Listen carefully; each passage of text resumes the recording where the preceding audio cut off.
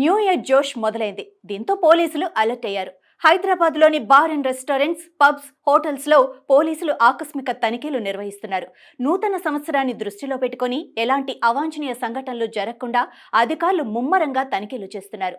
అంతేకాకుండా పలు కీలక సూచనలు చేస్తూ ఎప్పటి వరకు అనుమతులున్నాయి, ఎలాంటి రక్షణ సౌకర్యాలున్నాయి తదితర వివరాలను పోలీసులు అధికారులు పరిశీలిస్తూ డాగ్ స్క్వాడ్తో ప్రత్యేకంగా తనిఖీలు చేయిస్తూ పలు కీలక ఆదేశాలిచ్చారు.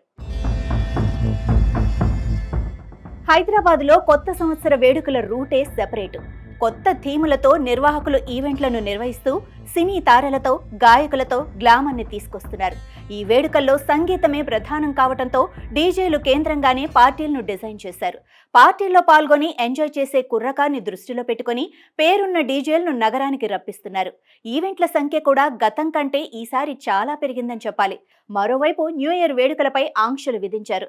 హైదరాబాద్ పోలీసులు జూబ్లీ హిల్స్లో 30 పబ్లలో మాత్రమే న్యూ ఇయర్ వేడుకలకు అనుమతిచ్చారు. 4 పబ్లలో న్యూ ఇయర్ వేడుకలకు అనుమతి నిరాకరించారు. గతంలో జరిగిన గొడవల కారణంగా ఆ పబ్లలో వేడుకలకు నో చెప్పారు. అనుమతి ఇచ్చిన పబ్లలో కూడా అర్ధరాత్రి 1 గంటలోపు వేడుకలు ముగించాలని పోలీసులు ఆదేశించారు.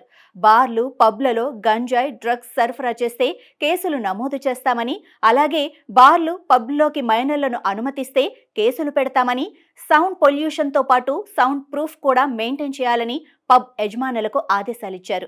డ్రగ్స్, గంజాయి సహా ఇతర మత్తు పదార్థాలు అనుమతిస్తే కఠిన చర్యలు ఉంటాయని, ఎలాంటి అవాంఛనీయ సంఘటనలు జరగకుండా చర్యలు తీసుకోవాలని హెచ్చరికలు జారీ చేశారు. టైమింగ్స్ విషయంలో గీత దాటొద్దని సూచనలు చేస్తూ తాగి రోడ్లపై హంగామా చేస్తే తాట తీస్తామని, రూల్స్ పాటించకపోతే చర్యలు తప్పవంటూ వార్నింగ్ ఇస్తున్నారు పోలీసులు.